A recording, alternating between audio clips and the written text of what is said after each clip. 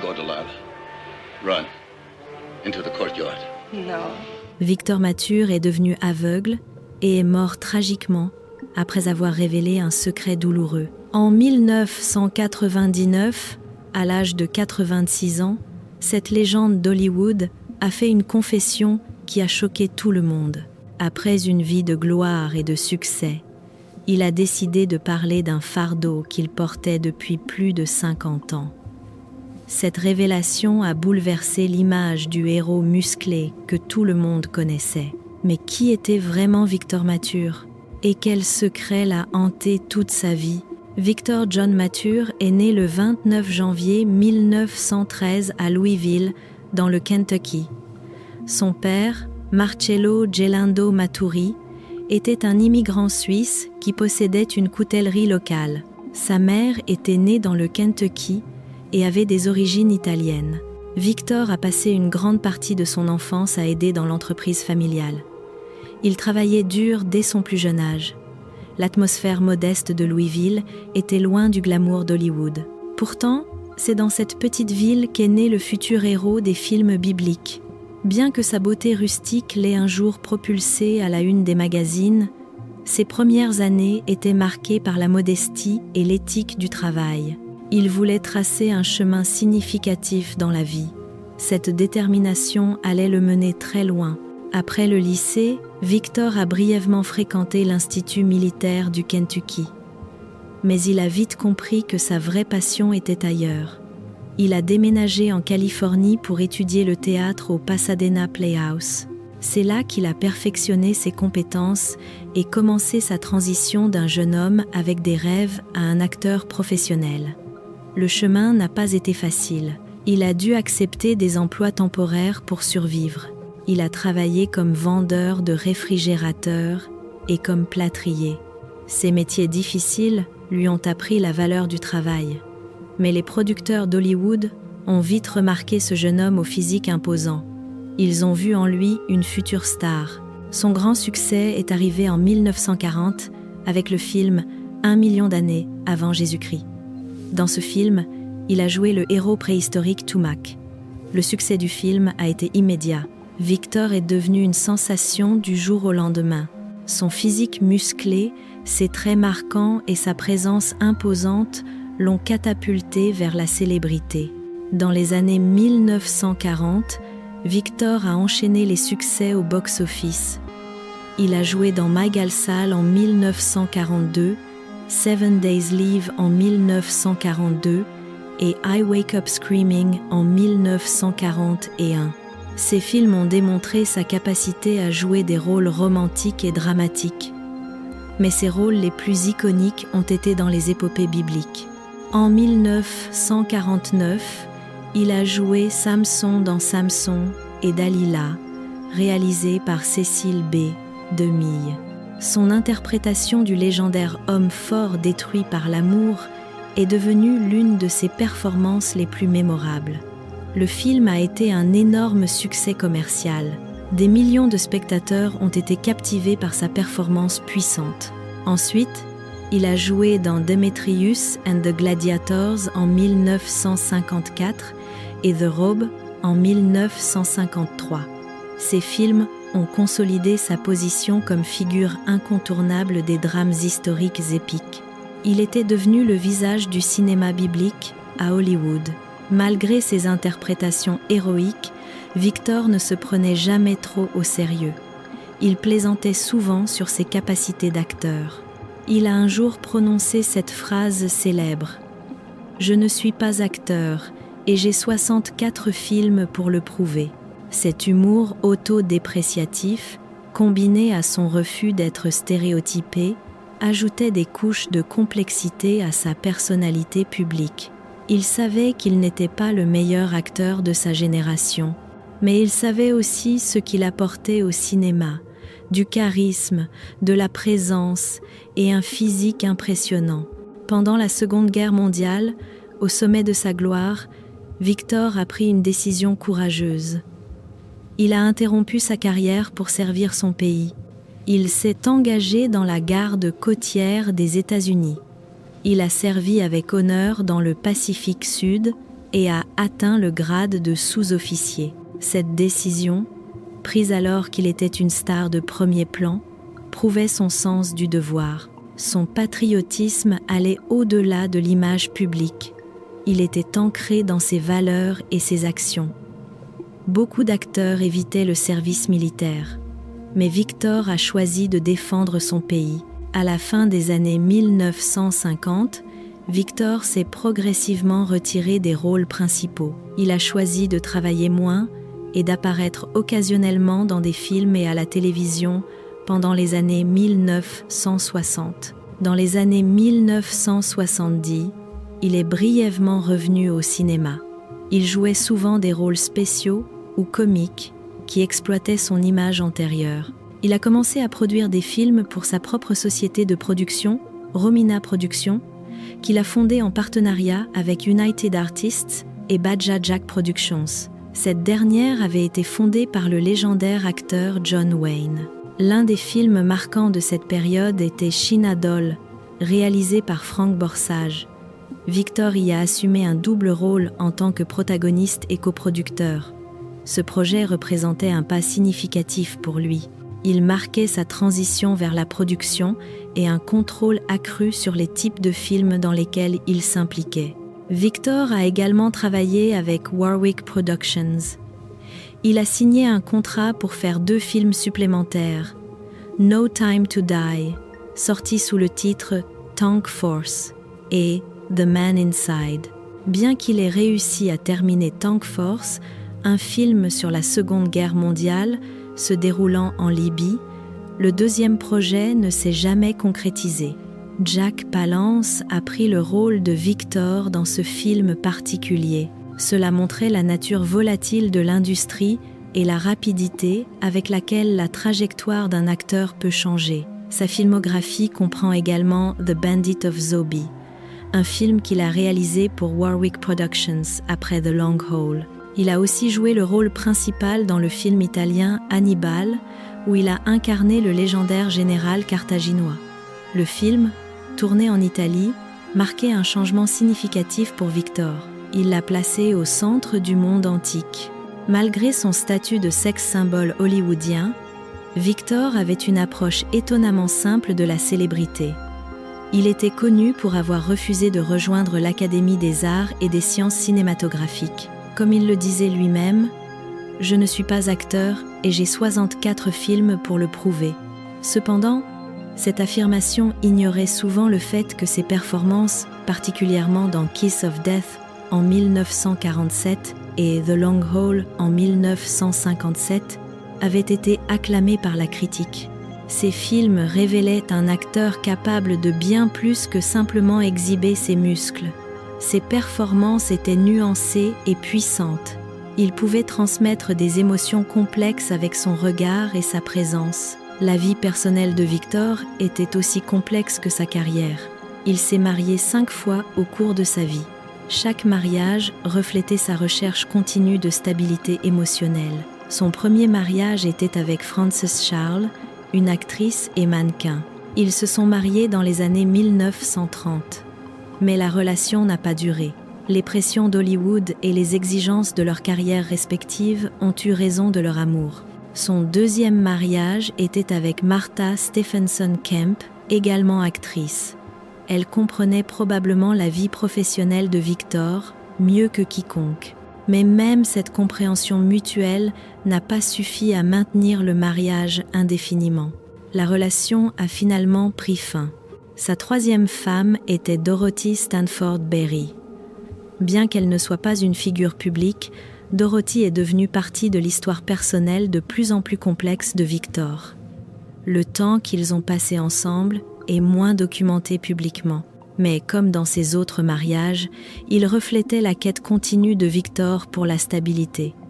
Ensuite est venue Adrienne Irwick, une autre femme qui est brièvement entrée dans la vie compliquée de Victor. Leur mariage a été relativement court, mais il marquait une autre étape dans la recherche de Victor pour la compagnie face à la réalité souvent isolante de la célébrité. C'est dans son 5e et dernier mariage que Victor a semblé trouver une paix et un épanouissement durable. En 1974, il a épousé Loretta Sabina, une femme qui resterait à ses côtés pour le reste de sa vie. Le mariage a duré plus de 2 décennies, jusqu'à la mort de Victor en 1999.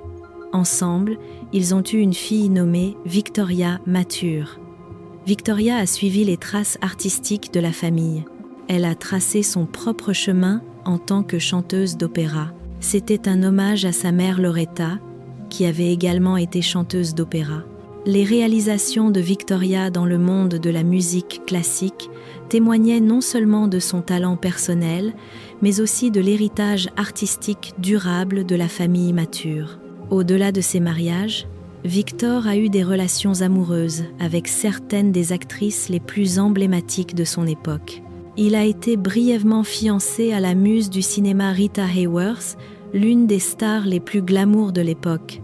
Cela s'est passé avant qu'elle n'épouse le légendaire cinéaste Orson Welles. Sa relation romantique avec Hayworth, bien que passagère, soulignait sa présence dans les cercles les plus intimes de la royauté hollywoodienne.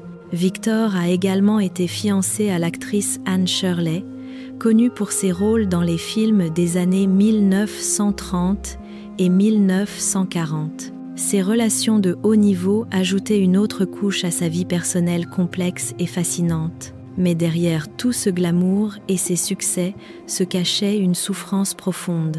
Victor Mature, le sex-symbole d'Hollywood, connu pour ses rôles iconiques, a affronté une bataille douloureuse et profondément privée dans ces dernières années. Il l'a gardée secrète du public jusqu'à peu avant sa mort. Bien que connu pour sa présence imposante à l'écran et son charme indéniable, Victor a passé ces dernières années à souffrir silencieusement. Il subissait un déclin lent et irréversible vers la cécité. La cause était une combinaison de dégénérescence maculaire liée à l'âge et de complications d'un diabète non diagnostiqué. Avec la détérioration de sa vision, Victor s'est de plus en plus retiré de la vie publique. L'acteur autrefois vibrant, dont les yeux expressifs avaient captivé des millions de personnes, luttait contre la perte d'indépendance qui accompagnait la cécité. Des amis proches l'ont décrit comme un homme tourmenté par la frustration, la tristesse et un sentiment croissant d'isolement. Malgré sa santé défaillante, il ne s'est jamais permis de devenir une figure de pitié. « J'ai eu un bon parcours », disait-il, écartant les préoccupations avec son humilité caractéristique. Mais derrière ces mots persistait une douleur plus profonde. Elle était liée à un secret qu'il portait depuis des décennies. Dans les derniers mois de sa vie, Victor a pris la courageuse décision de parler ouvertement d'une expérience traumatisante. Cette expérience le hantait depuis des années. Dans une interview sincère, enregistrée en privé et publiée posthume par sa fille, il a révélé une tragédie personnelle de sa jeunesse.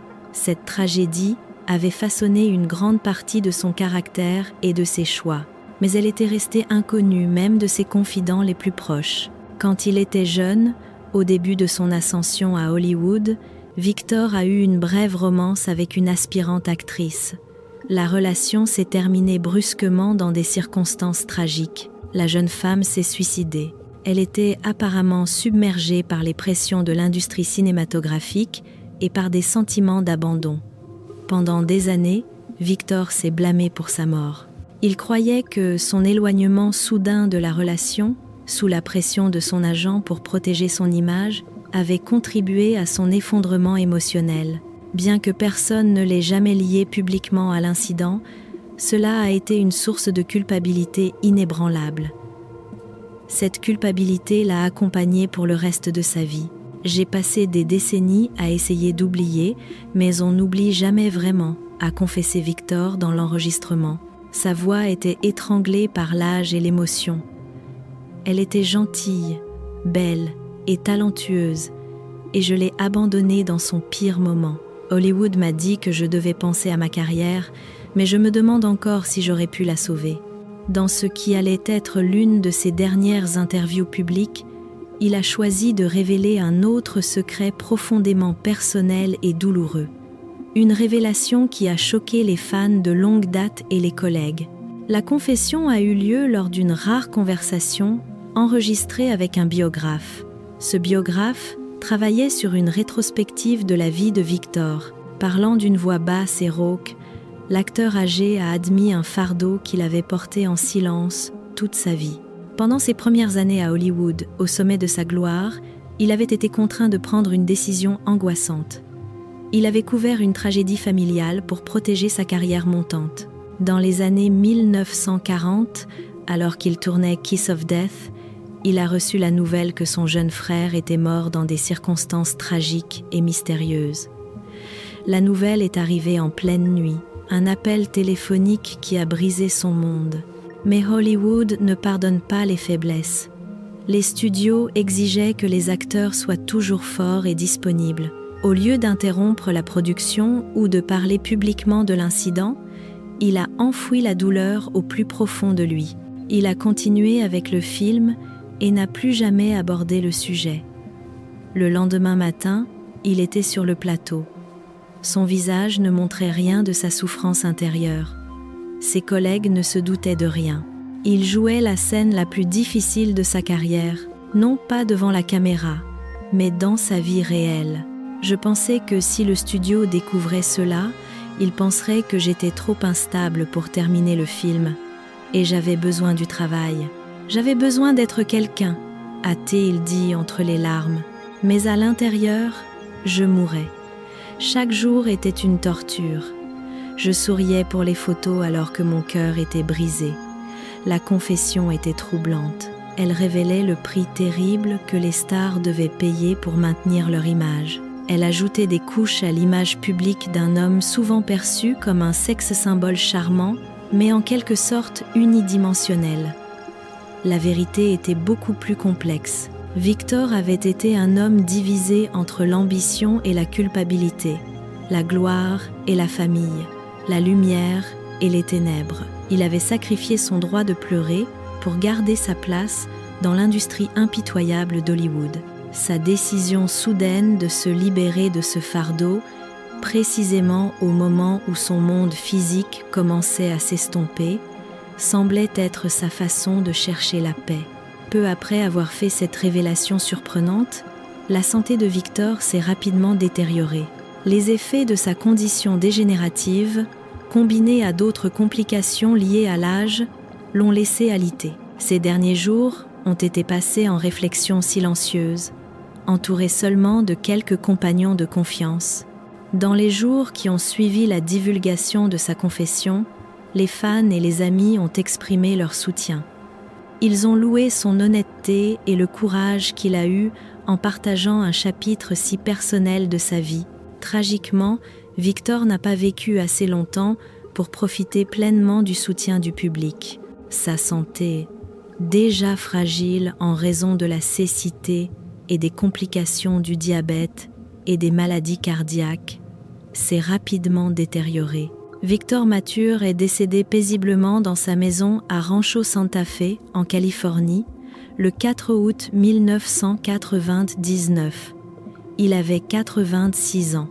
Bien que la cause officielle du décès ait été l'insuffisance cardiaque et la leucémie, ceux qui lui étaient proches croyaient que le poids de sa confession et la libération d'un fardeau qu'il portait depuis plus d'un demi-siècle lui avaient finalement permis de partir. Ses funérailles, une cérémonie modeste, conformément à ses souhaits, ont réuni la famille, quelques amis intimes et des admirateurs de l'industrie cinématographique. Ils se sont souvenus de lui non seulement comme une star de cinéma, mais comme un homme profondément humain et courageux.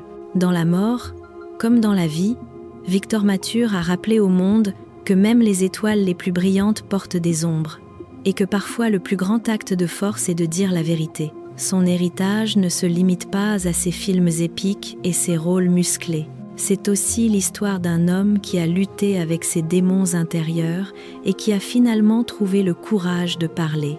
Sa confession finale a humanisé une légende et a montré qu'Hollywood, derrière tout son glamour, cache souvent des tragédies personnelles profondes. Et vous, que pensez-vous de cette histoire tragique ? Victor aurait-il dû révéler son secret plus tôt ?